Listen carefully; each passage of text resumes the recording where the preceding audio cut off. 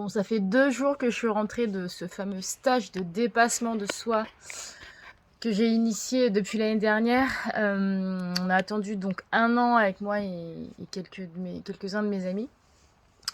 On a décidé de faire ce stage parce qu'on avait chacun nos raisons, notamment ce qu'on appelle se dépasser en fait. Donc se dépasser, ça veut dire quoi?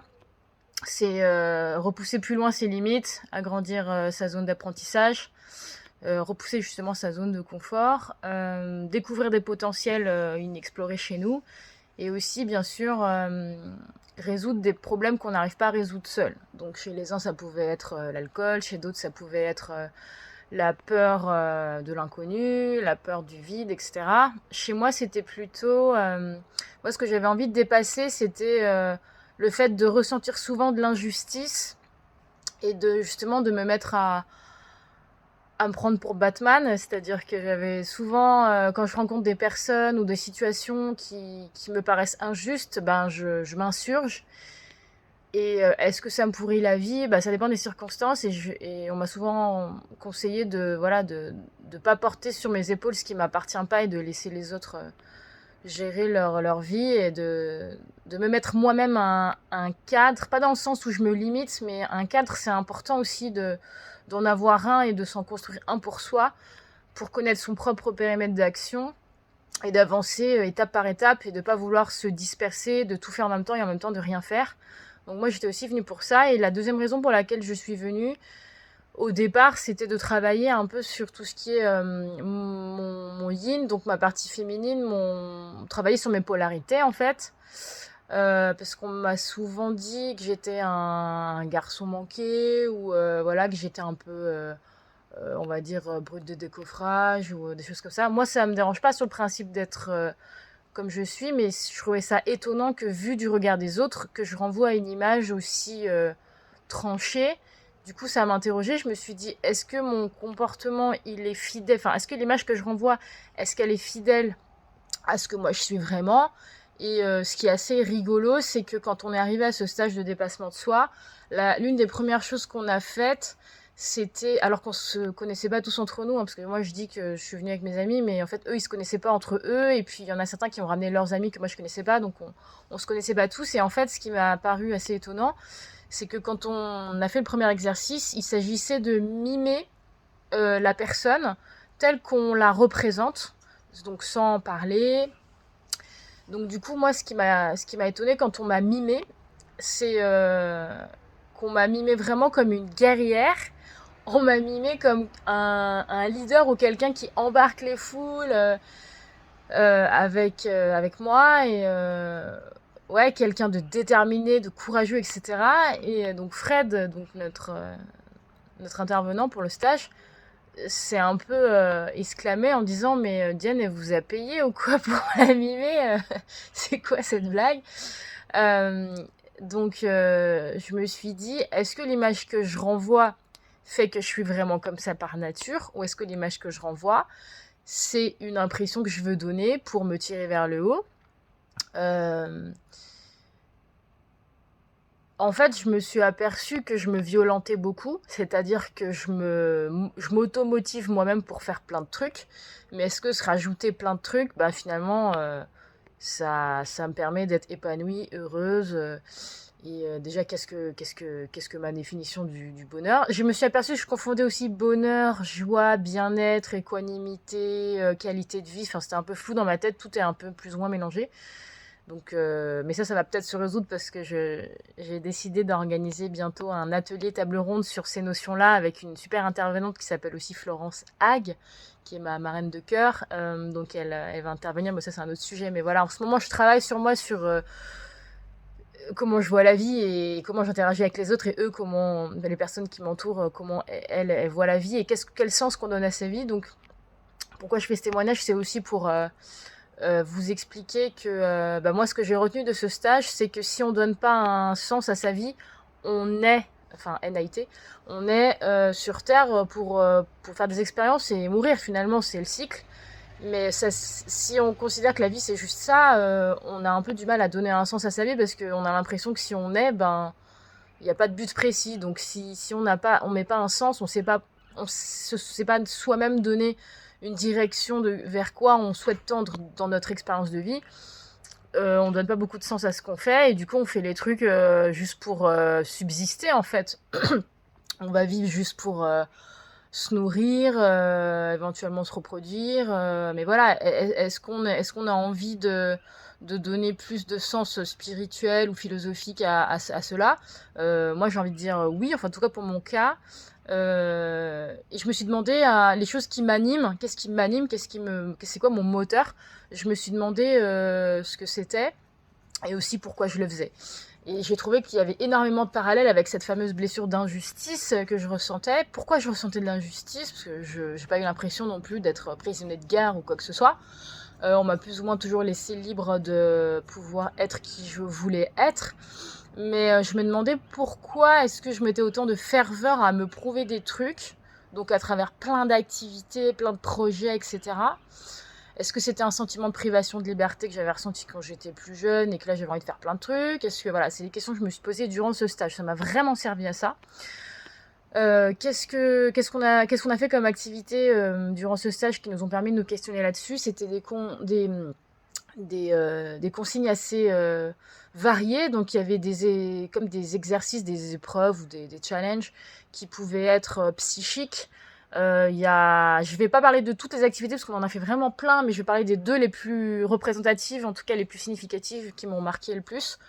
La première, c'est l'épreuve du cercle. Donc en fait, on est resté plus de 24 heures dans un cercle de 2 mètres de diamètre. Et dans ce cercle qui était posé dans la forêt, enfin en lisière de forêt, on avait juste le droit de prendre une bâche, une gourde et c'est tout en fait, et notre duvet quoi. Et on est resté là comme ça, à devoir réfléchir sur ce qui nous bloque et qu'est-ce qu'on peut faire pour débloquer. Et en fait, la conclusion que j'ai tirée de cette expérience, c'était que j'en avais marre de réfléchir à mes problèmes et que moi, j'avais envie de sortir du cercle pour vivre en fait ce cercle. Il m'oppressait, il était petit, on pouvait pas bouger on pouvait pas y faire grand chose dans ce cercle. J'avais l'impression d'être en garde à vue ou en prison.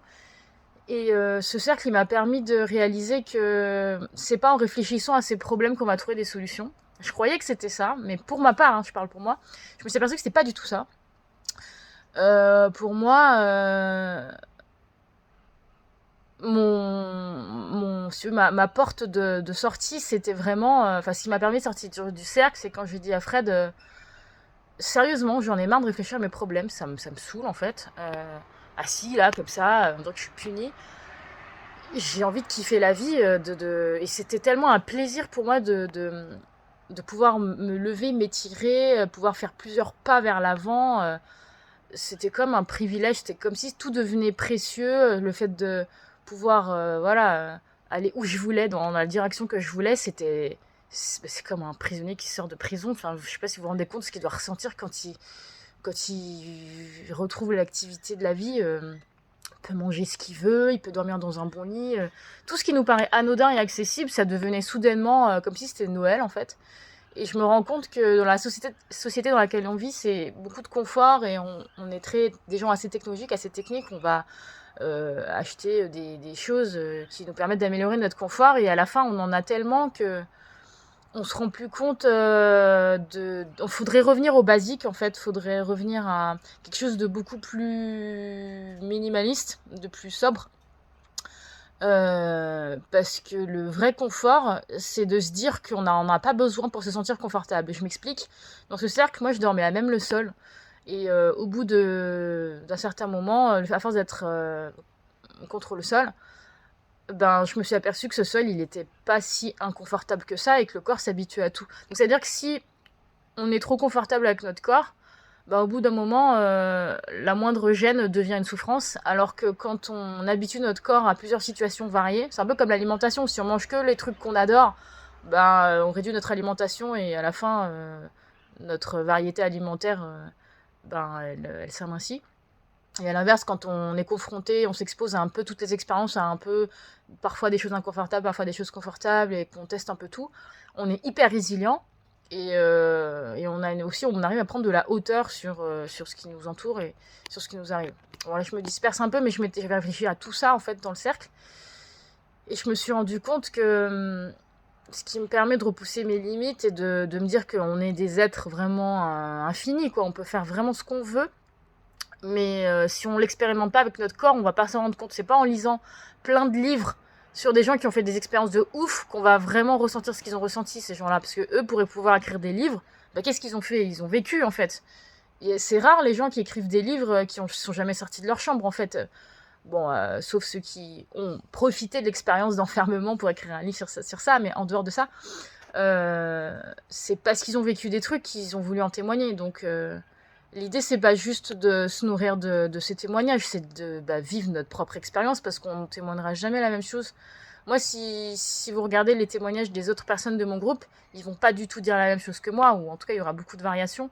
Et donc, chacun a sa propre vision, hein, sa propre expérience, alors qu'on a vécu la même chose, mais on l'a pas vu sous le même angle. Qu'est-ce que j'ai retenu de ce stage et qu'est-ce que ça va changer dans ma vie à partir de maintenant? Et même ça a commencé depuis hier, parce que ça fait depuis quelques jours là que je suis rentrée. Je ne me comporte plus du tout de la même manière face aux problèmes, parce que justement j'en ai marre de réfléchir à mes problèmes, j'en ai marre de penser que j'ai des problèmes. Il suffit de prendre le positif dans le négatif, donc c'est facile de dire ça, mais comment est-ce qu'on l'applique? Et c'est ça que j'ai compris, c'est comment on l'applique. Parce qu'on sait que il faut s'aimer, il faut être résilient, il faut être bienveillant, mais en fait ça veut dire quoi? Comment on fait pour aller de l'avant et repousser ses limites, et qu'est-ce que ça nous apporte de les repousser, ces limites, finalement? Je comprenais la théorie, mais je comprenais pas en pratique qu'est-ce que ça me fait, qu'est-ce que je ressens quand je suis comme ça, comment je l'incarne, parce que chacun va l'incarner différemment, la bienveillance, chacun va, envers soi je parle, chacun va l'incarner différemment, comment on vit la difficulté, et qu'est-ce que la difficulté qu'on rencontre dans notre vie nous permet d'apprendre. Finalement, tout ce qui nous oppose une résistance, c'est une opportunité d'apprentissage. Mais la discipline que je dois travailler tous les jours, et ce qui me fait plaisir de travailler, c'est comment est-ce que on comprend la signification de ce qui nous arrive. Exemple tout bête, je suis rentrée du stage, je me suis explosé le pied sur une haltère là qui traînait chez moi, mais je me suis ouvert le pied, mais un truc de fou, quoi. Et je me suis dit, mais putain, au stage, on a fait des trucs de fou, je me suis pas blessée, et là j'arrive chez moi la veille du jour où où je dois aller au boulot, je m'ouvre le pied, et qu'est-ce que je vais faire? Donc j'ai commencé à pester, à insulter la vie et tout, et en fait je me suis dit, mais si je fais ça, je retombe dans mes travers, et le stage, je l'ai fait pour rien. Donc je me suis dit, qu'est-ce que ça signifie? Pourquoi je me suis cogné le pied? C'est parce que je voulais me précipiter, c'est parce que je vivais pas le moment présent, j'étais déjà en train d'anticiper le futur, de penser à que j'étais pressée, à que machin. Est-ce que je kiffais la vie à ce moment-là? Ben non, parce que je profitais pas du moment présent, je faisais pas les trucs en pleine conscience, j'étais speed et tout. Donc c'est pour ça que je me suis cogné le pied. Si j'avais fait les choses voilà, en conscience, en prenant mon temps, en respirant bien, etc., ben très probablement que je me serais pas cogné le pied, parce que l'haltère, je l'aurais vu, pourtant elle était bien au milieu du passage, et j'ai pas fait les choses dans l'ordre, etc. Donc ça me permet de faire les choses. Ça c'est un exemple tout bête, mais il y a aussi d'autres trucs. C'est par exemple, j'ai traîné sur Facebook pour lire mes messages non lus, et je vois sur Facebook beaucoup de gens qui se chamaillent, des insultes, des injonctions, des articles anxiogènes, des gens qui véhiculent des messages hyper négatifs, etc. D'habitude, je prends pas aux conversations en disant arrêtez de publier des trucs comme ça, c'est lourd, nanana. Mais en disant ça, ben, je nourris en fait le truc négatif. Et là, j'ai pas répondu, j'ai ignoré, parce que je me suis dit, j'ai envie de consacrer mon énergie, mon temps et mes centres d'intérêt sur des choses qui me tirent vers le haut. J'ai envie de traîner avec des personnes qui me tirent vers le haut. J'ai envie de faire des activités qui me tirent vers le haut. Alors, qu'est-ce que ça veut dire pour moi tirer vers le haut? C'est des choses qui contribuent à ma joie, en fait. Des choses qui contribuent à le fait que je crois mieux en moi, que j'ai plus d'estime envers moi-même, que je me considère plus positivement, que je me rends compte que tout est possible. En fait, ça s'entretient, c'est comme un sportif, il doit s'entraîner tous les jours. Tous les jours, je dois passer un certain nombre d'heures à cultiver ça. Et c'est pas des activités que je m'impose en plus de mon temps passé au travail, etc. C'est à l'intérieur de mon travail. Même si je fais la vaisselle, même si je fais le ménage, même si j'amène des gens quelque part, enfin, même si j'ai des responsabilités et que je dois payer des factures et tout ça, dans ces actions-là, comment je cultive la joie, en fait. Parce que souvent, on sépare le travail ou les trucs chiants des trucs cool. Je me dis, c'est pas ça qu'il faut faire, parce que c'est-à-dire qu'on se rajoute des trucs et à la fin, on a des plannings de 100 heures par semaine. Parce que tu comprends, il faut faire son heure de yoga. Mais moi, je pourrais très bien faire du yoga tout en travaillant. On peut faire du yoga par la voix, par la respiration. Je veux dire, c'est une philosophie de vie. C'est pas, ouais, on fait le travail, on fait notre taf, et puis après, on fait une heure de yoga. C'est-à-dire que faire du pranayama, par exemple, c'est une respiration particulière pour améliorer le système digestif et le système immunitaire. Bah, on peut respirer comme ça tout en bossant, en fait. Donc je me suis dit, qu'est-ce que je peux faire pour mieux vivre mon quotidien sans forcément le changer? Parce que c'est pas en changeant la nature de mes activités que je vais être plus heureuse, surtout qu'il y en a beaucoup qui peuvent pas le faire. Hein. On a tous un boulot, on peut pas changer ça comme ça, on peut pas déménager en 5 minutes. Donc c'est comment je peux améliorer ma qualité de vie et surtout ma philosophie de vie au quotidien. Donc ce stage, il m'a servi à ça. Ça permet aussi de... C'est juste un état d'être qui... Comment dire? C'est juste un état d'être qui a été modifié dans ce stage. Mais c'est super important, parce que ça, on peut pas le modifier si on n'a pas expérimenté plusieurs polarités de soi-même et qu'on a fait plusieurs expériences. Donc je dirais que ce qui a changé chez moi, maintenant que j'ai terminé ce stage, c'est que je vois les choses sous un angle totalement différent. Avant, j'étais là genre, merde, putain, faut que je fasse ça vite, comme ça je suis débarrassée. Et je pensais à ça sur pratiquement tout. Et maintenant, je fais toujours les mêmes trucs, mais je me dis, je suis contente de le faire, parce que en faisant ces choses-là sous un autre angle, ça me prouve que c'est pas en fuyant la vie et en s'évadant que notre vie elle devient meilleure. C'est en continuant à faire ce qu'on fait, bon, sauf si vraiment ça vous plaît pas, ça vous intoxique, c'est évidemment il faut changer d'activité, mais moi c'était pas le cas déjà, parce que j'ai changé mon orientation professionnelle, je fais de l'agronomie, ça me plaît, je fais des trucs qui sont cool, mais parfois il y avait des choses qui me gonflaient. Je me suis aperçue qu'on peut pas être en béatitude du matin jusqu'au soir, donc c'est pas le but de toute façon. C'était juste comment faire en sorte que tout m'élève en fait. Et puis autre point, c'est se lâcher la grappe aussi, parce qu'on n'est pas tout le temps en exercice 24h/24. Il y a des fois où on a envie de boire un verre d'alcool, il y a des fois où on a envie de rien foutre, il y a des fois où on a envie de dire des conneries, il y a des fois où on a envie d'être énervé, il y a des fois... Et s'autoriser à l'être, mais sainement. C'est-à-dire de pas s'empêcher de gueuler quand on est saoulé. Mais il y a gueuler et gueuler. Il y a gueuler ah, faut que je sorte de la colère. Et il y a ouais, connard, enculé. Enfin, tu vois, c'est pas pareil. L'idée, c'est pas de rejeter ses émotions sur quelqu'un pour l'intoxiquer avec. C'est de sortir ce qu'on a envie de sortir. Et j'avais pas du tout vu ça comme ça, en fait. Donc voilà, se lâcher la grappe, s'autoriser à être quelque chose qui est pas du tout contrôlé. Mais l'orienter pas envers les autres, l'orienter envers quelque chose qui va pas être impacté après coup. Et ça permet de se décharger. Mais aussi comment se recharger, parce que se décharger c'est bien beau, mais derrière comment on fait pour se recharger? Bah moi j'avais pas trouvé mon système de rechargement d'énergie, quoi. Et là je l'ai trouvé en acceptant que je suis capable de me recharger sans compter sur les autres, parce que des fois il y a des gens qui se rechargent parce qu'ils doivent ils ont besoin des autres pour se recharger, ils ont besoin de social, ils ont besoin, voilà, il y en a qui ont besoin de nature, et moi je me suis aperçue que j'avais un peu besoin des deux, mais je pouvais aussi le faire juste en respirant, juste en apprendre à me regarder moi-même. C'est comment est-ce que je suis, qui je suis, que suis-je, est-ce que j'ai besoin de me donner une définition ou pas. Je me suis aperçue que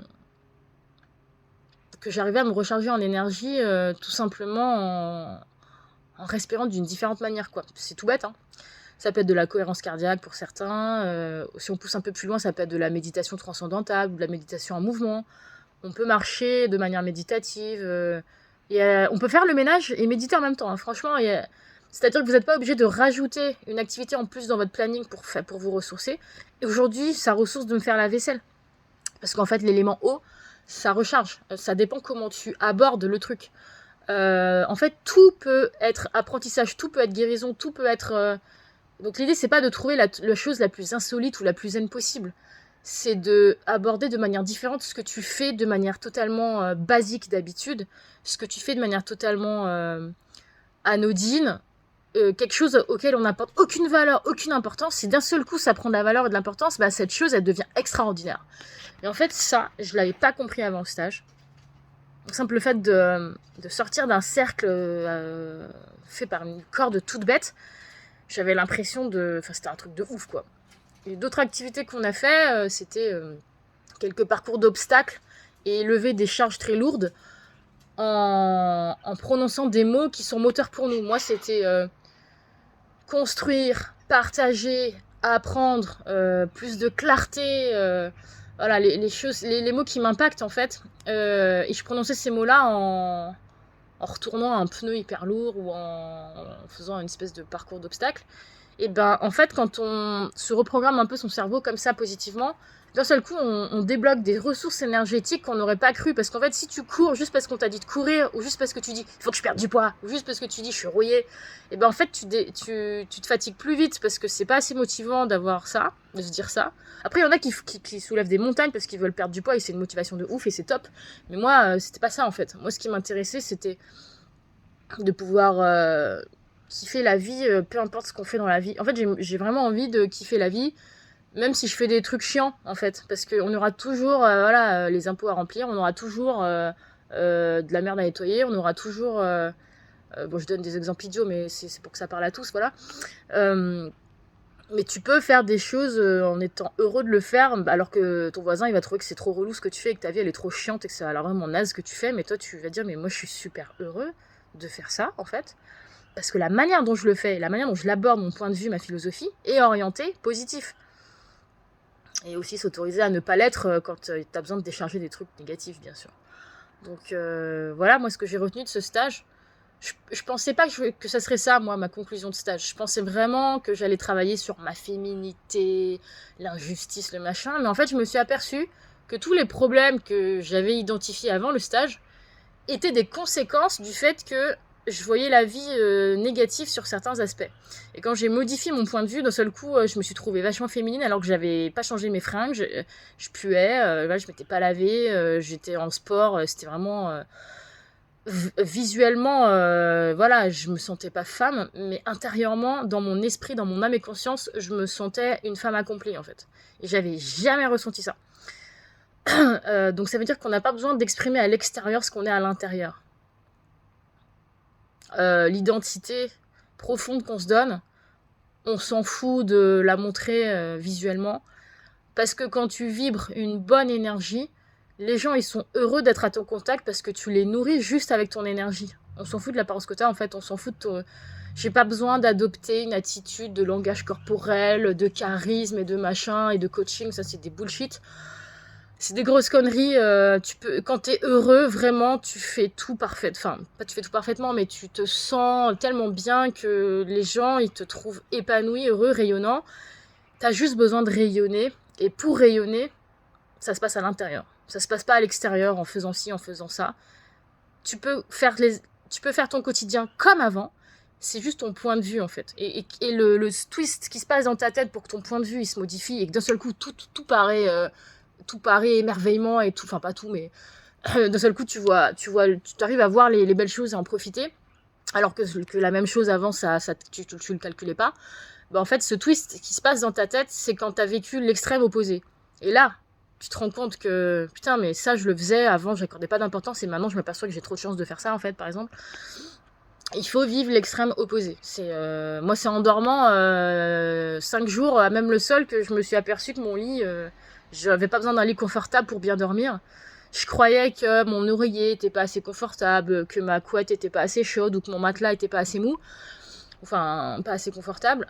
Et je croyais que c'était mon environnement matériel qui me faisait des insomnies ou que je regardais des écrans trop tard. Et en fait, je me suis aperçue que ça n'avait rien à voir. C'est pas pour ça que je passais des nuits mauvaises. Parce que quand j'étais dans la forêt et que je me faisais bouffer par les moustiques et les araignées et que je dormais à même le sol sur des racines super dures, ben, je dormais hyper bien. Donc je me suis dit, mais c'est pas possible, comment ça se fait?